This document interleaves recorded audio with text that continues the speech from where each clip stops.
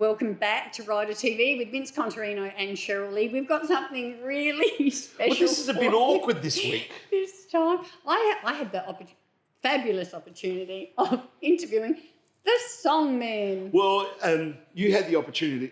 I get to work with them. Working with Dino Jag and Andy Seymour is just, it's a blast. It's fun, but they're brilliant musicians. So let's have a look at what we got up to.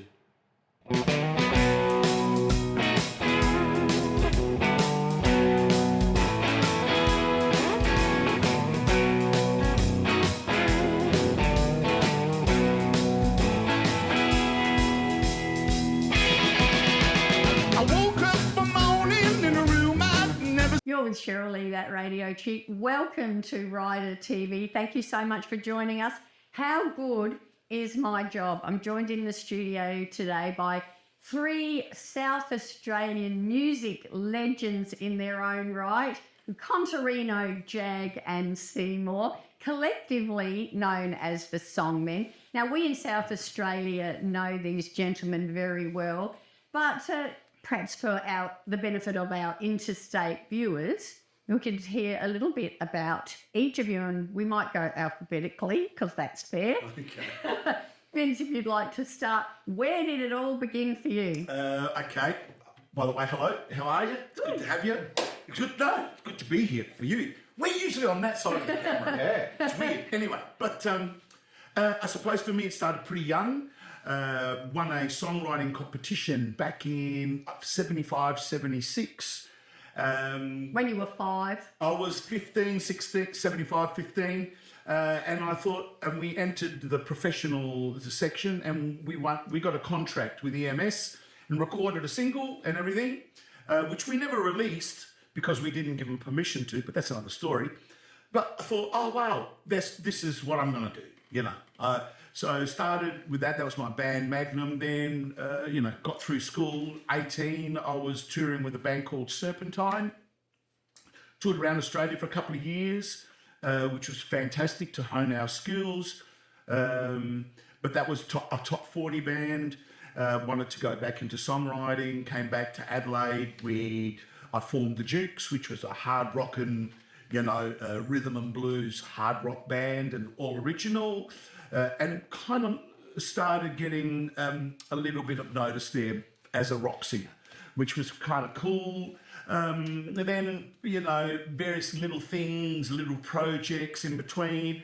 Then a really great occasion when I joined Mickey Finn, which was an offshoot of Fraternity, which is legendary in Australian music, right, yeah. Especially here in South Australia. I got to work with these wonderful musicians and I learned a lot from Bruce Howe, bass player, who was the main man in Fraternity. So I learned a lot about the business, which was really good. I was getting a little bit older then. Got into the Mega Boys with Rock and Rob Riley, Bruce and Stephen McLennan, which was magnificent because it was it was a comedic act, a little bit like us, but the music was really full on. And then the Zepp Boys, we did the Zepp Boys as a bit of fun, and it's kind of stuck. It's kind of like you can change the face of Australian music. It has somehow the beginnings of all that.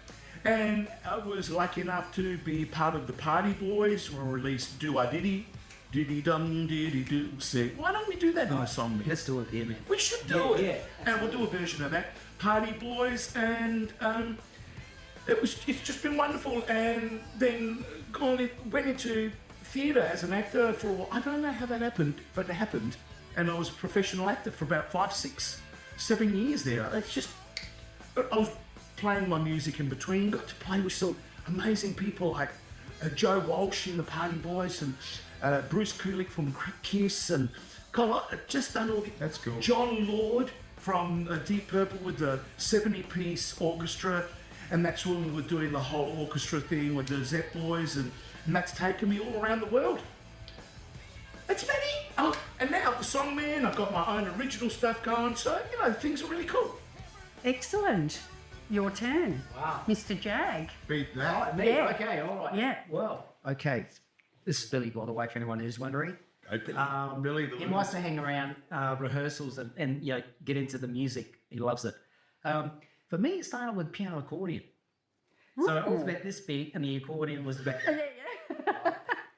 So I think my dad was a frustrated musician, and it's like, come on, you can do this. So that's how I started. But secretly, I wanted to play guitar. And then at some point, I was able to break through, and he took me to the store, and I got a guitar. So I was about 12, and I did my first gig when I was about 13. My brother was a drummer who was a year older than me, and because my parents were in the kind of hospitality industry, they were getting me gigs at weddings and things like that. I mean, I was too young to kind of really understand what he was organising behind the scenes. He said, "Oh, you're playing on the weekend." So me and my mates, after school every day, come home, we're playing music. So growing up for me, music was just a celebration. On the weekends, when most of my friends were going out doing stuff they shouldn't be doing, we were eating, really well and performing. And I learned the art of how to communicate with an audience through that process. And then from there, really, music's been my journey ever since. As soon as I was out of school, I started touring with different bands, and I was taken under the wing by people that were always older than me, and so I was always able to learn from others, so I was very grateful for the journey. And so, it's interesting now, as I'm older now, I'm seeing younger musicians coming through. I really empathise with what they're going through, and, how things are different, some of the things that are missing for them that we kind of had growing up, a lot more opportunities to perform and things like that. And but nothing's changed. I mean, anyone that loves playing is still doing it for the same reasons. That's what it always comes down to. And I still love it like I did when I started. So for me, this is a gift. Being able to get together with my friends who I respect and admire and I'm a fan of as well, to be able to share the stage with them, it's just, this is fantastic. Such a blessing. Yeah. So you guys started pretty young, and I think so did you, Andy. You started even younger. Yeah. I did my first paid gig at 12. I've been a drummer my whole life. I was a little kid playing on pots and pans in the kitchen, and at age 12, I got asked to do a gig in a little rural country town. It was a Saturday night bush dance, and there must have been 300 people jammed into this tiny little hall. Awesome. But I'm smacking those drums back there like a red-headed stepchild. I'm hitting them hard. But anyway, can you say that? Am I allowed to say that? You can say it. Anyway, it was fabulous. And because even at age 12, I was a strapping lad, I looked a lot older. And consequently, I've got people offering me to join their band. And so from 12, I've been just literally making a living from music. I'm very passionate. What's the secret, mate, to make Okay, I could have been a little liberal. Being paid a pittance to play music.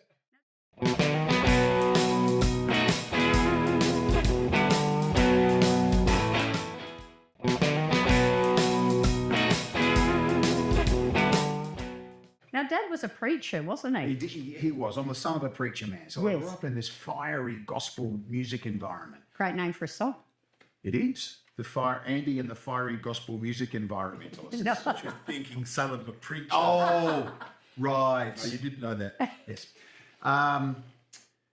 Look, I grew up in this insane gospel music environment, and we'd have these black American evangelists that would come out, and I'd just be sitting either on the front row. Sometimes they'd bring their own musicians with them. So, I'm watching these black guys playing all this funky, we're talking the 70s here, the 60s as a man. And that's what's influenced me. So that's why I love my blues and my gospel and my soul, and I love all that old school stuff. And then as a teen, it was actually, believe it or not, these two guys that dramatically influenced me to want to be a singer rather than just or only a drummer. You know the three little pigs we used to kick him out of it's that bloody Seymour again.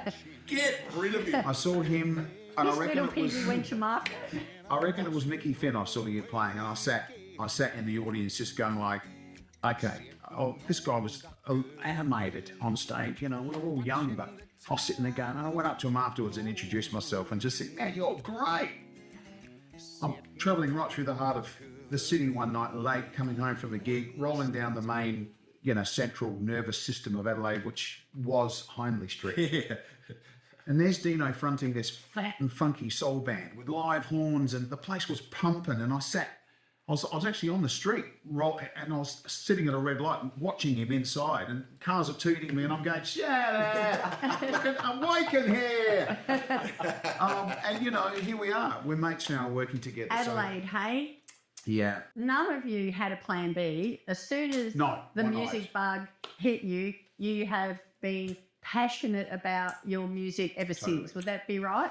Yeah, I think there's a magic in that we underestimate and don't heed enough, don't give it enough respect. When you love something with a passion and you do it, you don't necessarily have to know and be brilliant with all the things you do. You learn along the way, and that's certainly been my case. And when I talk to people in the industry that have lasted a long time, they usually had no idea what they were doing. They learnt on the way because they wanted to survive, to do what they loved. Like any parent would do for their child, they do what it takes to keep them alive. Well, music and art is like a child. Our songs, we do whatever it takes to keep them alive. And usually it's the good things. Even though we're not perfect, but we've done bad things, but it's the good things that nurture it. So, yeah. So collectively, between the three of you, who's good at maths? How much music, South Australian music history have we got in this room? Yeah, it's pretty We've made a lot of noise. And I think it's important, just further on what you just said, that I've always endeavoured, is that a word, endeavoured, to hang with really good quality players, boys much better than me, so that you're the weakest link. And he's still doing that. I'm still doing that now. Clearly. You can pay me later. You know what I love about you guys is that you've all been everywhere, man, and the three of you, you're all back here in Adelaide. You've toured the world, as you said, with the Zep Boys and the Symphony Orchestra. You, Andy, were a famous TV chef in America at one stage. I want to see some of those episodes. I still want to see some of The those. program never made any money because I was just eating everything. Andy, What? Shut up! But it's incredible that happens. Yeah. But I chased it, pretty ferociously. America's a tough market. Wow. Did I get my butt kicked in America? I went over there going, I'm Australian, they're going to love me. Wow. But hey, we do what we want to do. Don't listen to them. If you've got a dream, don't let anybody talk you out of your dream. Just keep going. There's another song in there. There is. Do what you want to do, be what you want to be. Yeah. But what I if I love is can that you're all dream. back here in Adelaide Yes. and now performing together. Last time I interviewed you, I asked if this was going to be a long-term project, and you guys hadn't actually even had an official gig yet. Oh, Now you have. You've had a few. yeah. So I'm going to ask you the same question again. Is this a long-term gig, guys? Well, you can't answer that question with any certainty. But I'll tell you what, when three mates get together and we get playing together, we become closer. We don't play golf. We'd rather sing. So I suppose we will, whether it's a gig or not, we'll hang it, man, because we're not going to go play golf. We might as well do a gig and share the joy, because that's what we do. Is that about right? Yeah. Look, I think anyone that puts a band together, I mean, look at the Rolling Stones interviews, it's like the last 2 years, and here they are today. 100 No one years ever later. kind of plans. I think legitimately, no one ever thinks about anything continuing. They're just excited in the moment. Yeah. So it's just sort of organically happening for you guys I right mean, we'd now. love to keep doing more. Absolutely. Yeah. The thing is, when you perform, if there's something beautiful that happens in that room, whether it's happy, sad, good or bad, to take the lines out of the let's stay together, whatever it is, but if that's genuinely happening, it won't be us dictating whether we play. It'll be usually the people, because people want that, and it'll happen. that's the magic of art and music. The reason why you survive is because someone wants that dose of whatever you have to give them. I hope we can do that. Yeah. Yeah. Well, I was in the room at the Norwood, so I saw the magic happen there. So I'll be voting for more Songmen gigs coming up. That's for Isn't sure. it wonderful? And it's just it's humbling and it's a blessing. It's hard work, but it's just wonderful we're just so lucky to be able to do this stuff. I think it's indicative of our age too. We're you know, for years and years, through my 20s and 30s and even into my 40s, I used to think every gig mattered because there's a famous music promoter sitting in the back of the room with a clipboard going, How can I rip this guy off? Miss Jones, call this guy on Monday, let's sign him up. You know, we all dream of that. And then you put all that aside and it becomes this, you just want to hang with the boys, play some great music. Yes, I take it seriously, but I stopped taking it seriously. Does that make sense? Yeah, it does. We're just on stage now, and if my fly's undone, then so be it. You know, if there's lasagna on my beard, on my shirt, whatever. And So you saw the tape of the last gig. I did.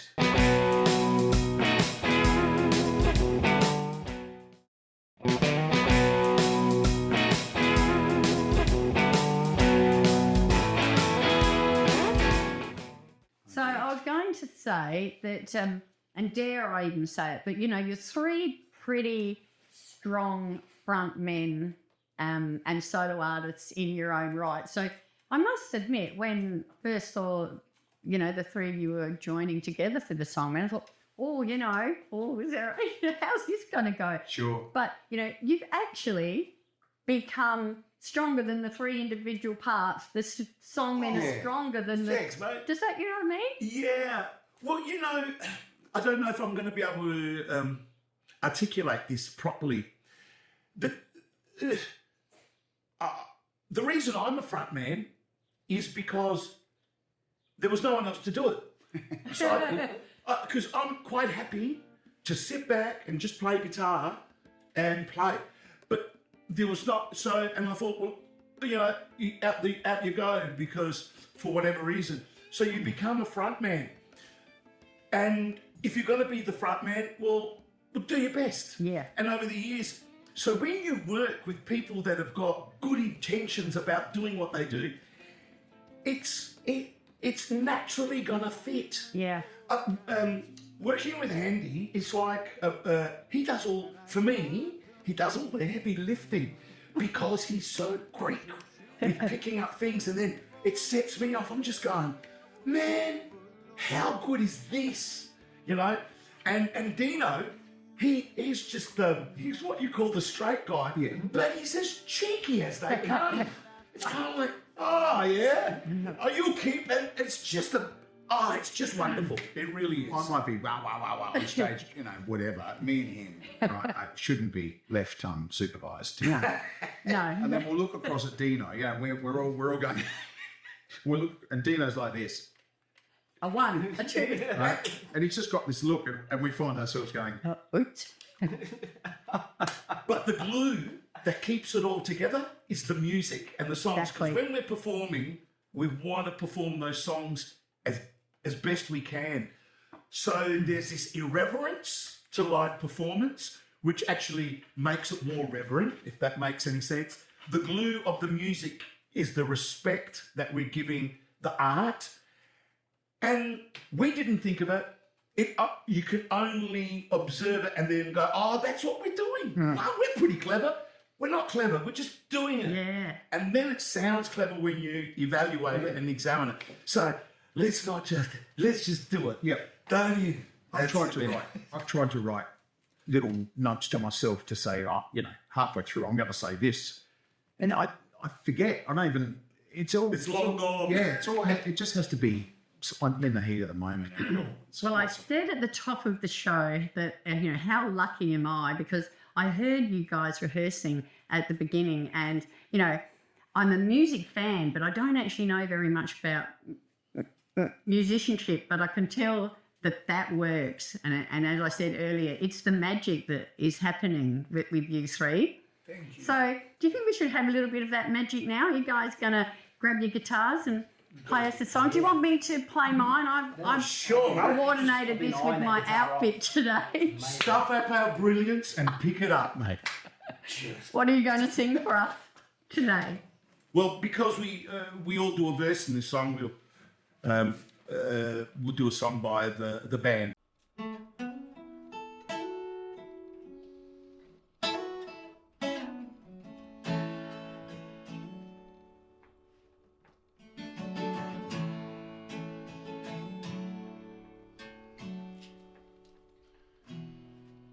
Pulled in Nazareth, I was feeling about 8:30. Just need some place where I can lay my weary head.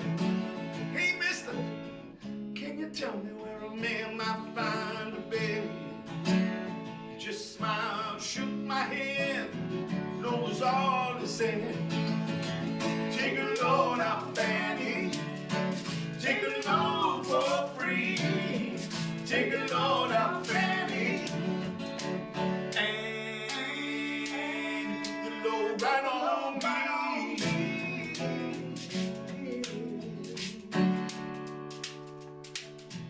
Picked up my bags, I was looking for a place to hide.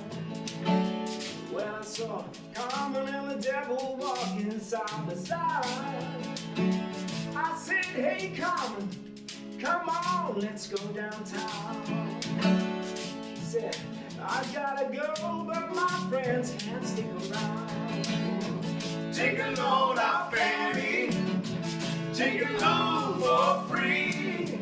Take a load out, Fanny. And you put the load right on me.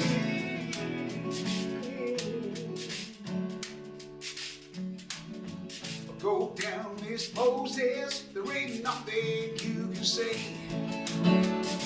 It's just old Luke. Luke was waiting on Judgment Day. Hey, Luke, my friend, what about young Anna?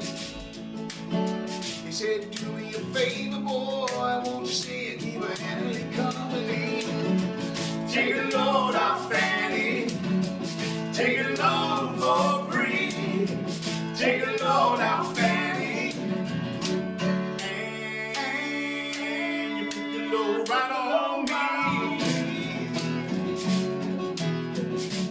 Yeah, right on me.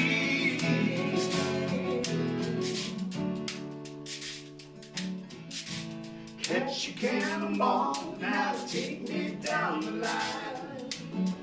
My bag's sinking low, and I do believe it's time to get back to Miss Fanny. You know she's the only one who sent me here with her regards for everyone. Take a load out, Fanny. Take a load for free. Take a load out, Fanny. And you put the load right on me.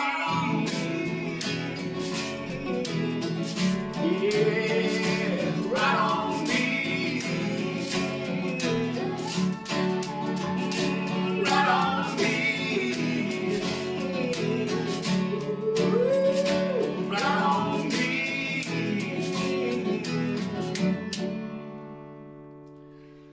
Right on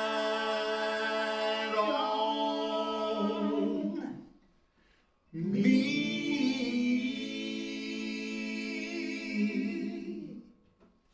How good are those songmen? They're all right. I can take them or leave them. Please join us next week for more Rider TV. See you. Ciao. Same bat time, same bat channel.